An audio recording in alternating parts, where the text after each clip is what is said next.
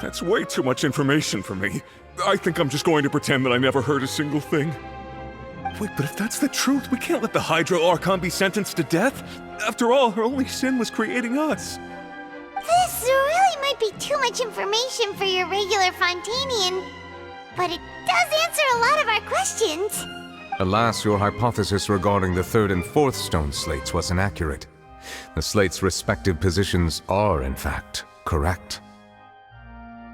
A key point of the visual on the third slate is how all the individuals depicted in the water are humans rather than Oceanids. They have not been dissolved, which implies that the water depicted in this slate is not water from the primordial sea.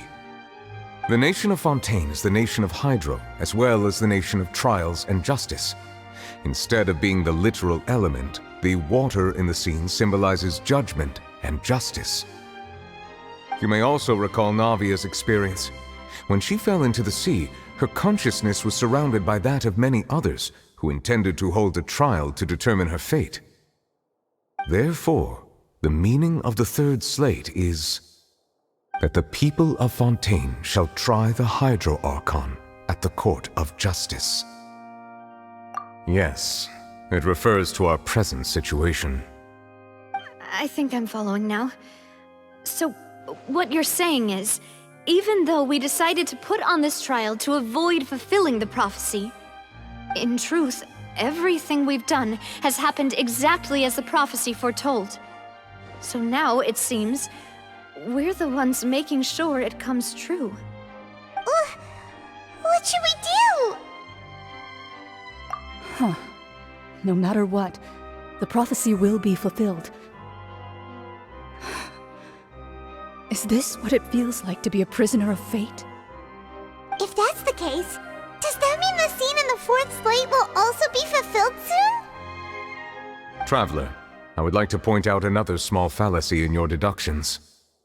About the fourth slate, you probably thought that the eruption of primordial seawater beneath the fortress of Meripede served as the surest sign that the prophecy was about to come to pass, yes? However, I believe that rather than being a sure sign, that eruption could in fact only be a small warning of something far worse to come. As for the root cause of the catastrophe, I believe you've already encountered it once before.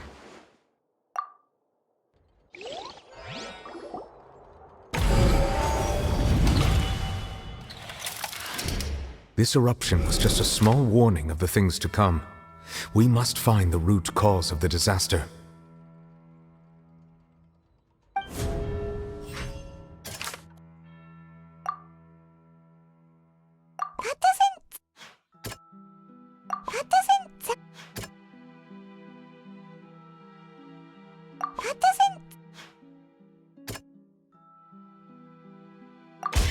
It was both dream and reality.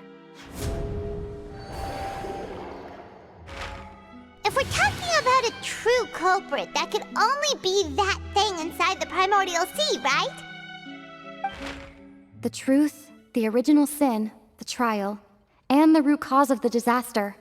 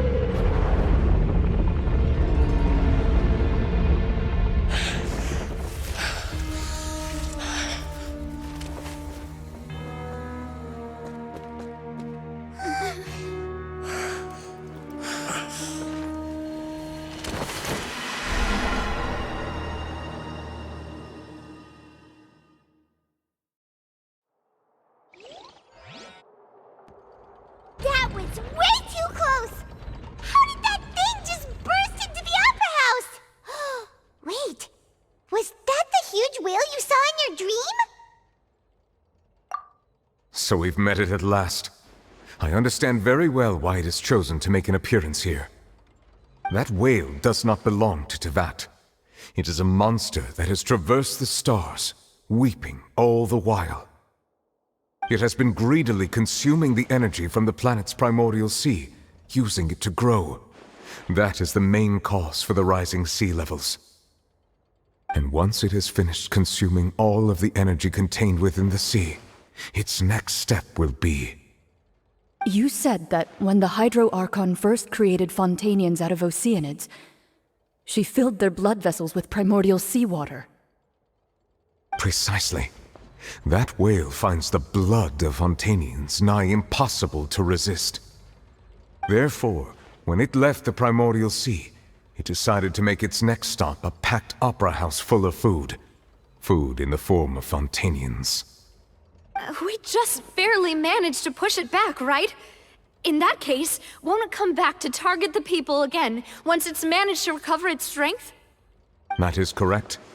Indeed, it is more accurate to say that we should thank that Harbinger for buying us some time. Without him, the whale would have likely come onto land far sooner.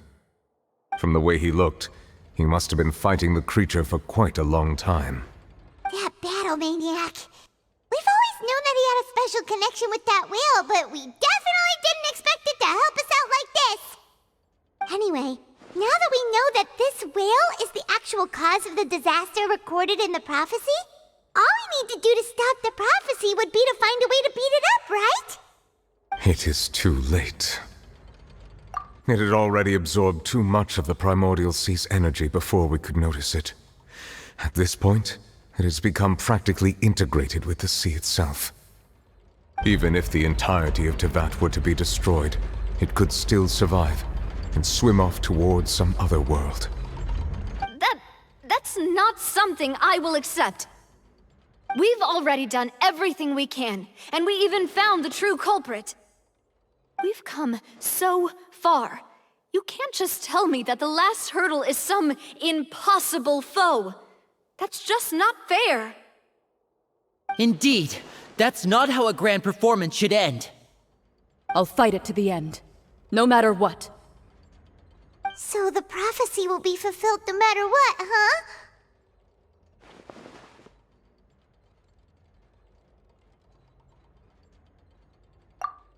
The prophecy. Yes, what has been prophesied will be fulfilled. You may view such things as the history of the future.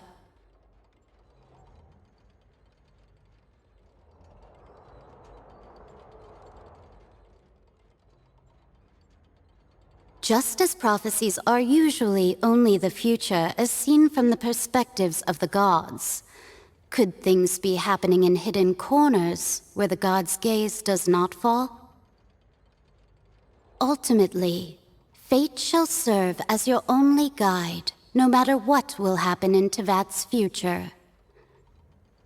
All you need to do is to play your part.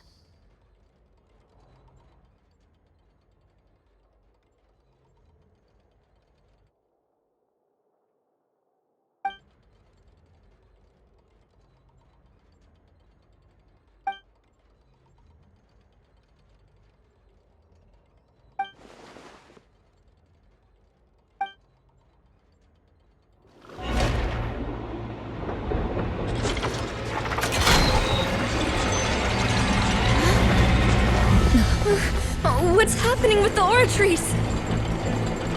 I believe it is preparing to carry out the death sentence.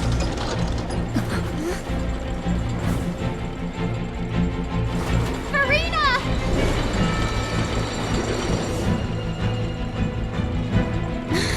No, I still need answers!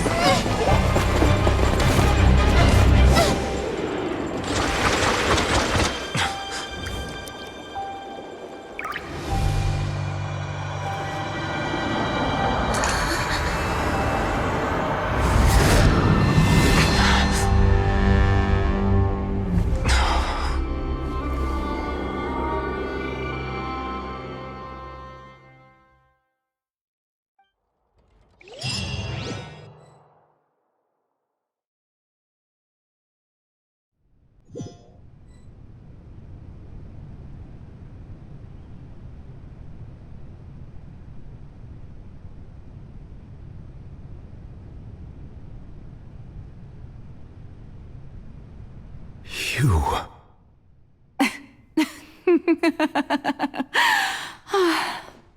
Sorry. That shocked expression on your face is just too amusing. I couldn't help myself. You are not Farina. Who are you? The sweet sound of bewilderment. Marvelous.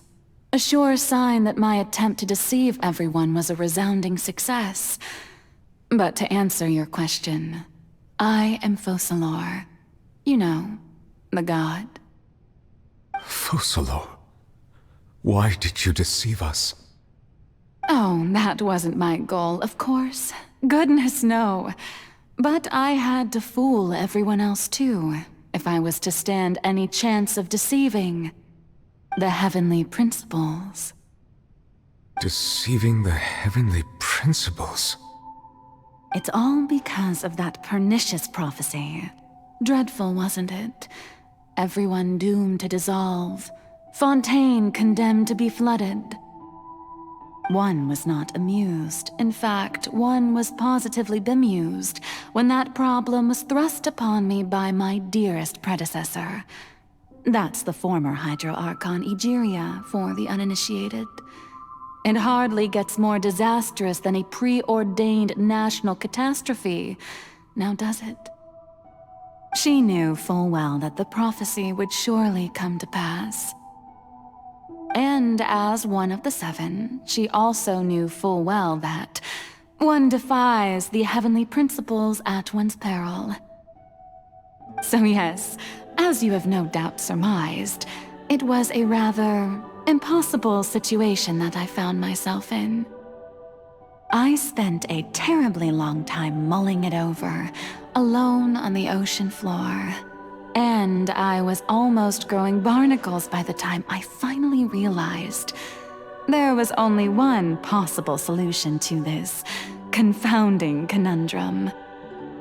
I had to outwit the heavenly principles, allow the prophecy to be fulfilled, ostensibly at least, while saving everyone at the same time.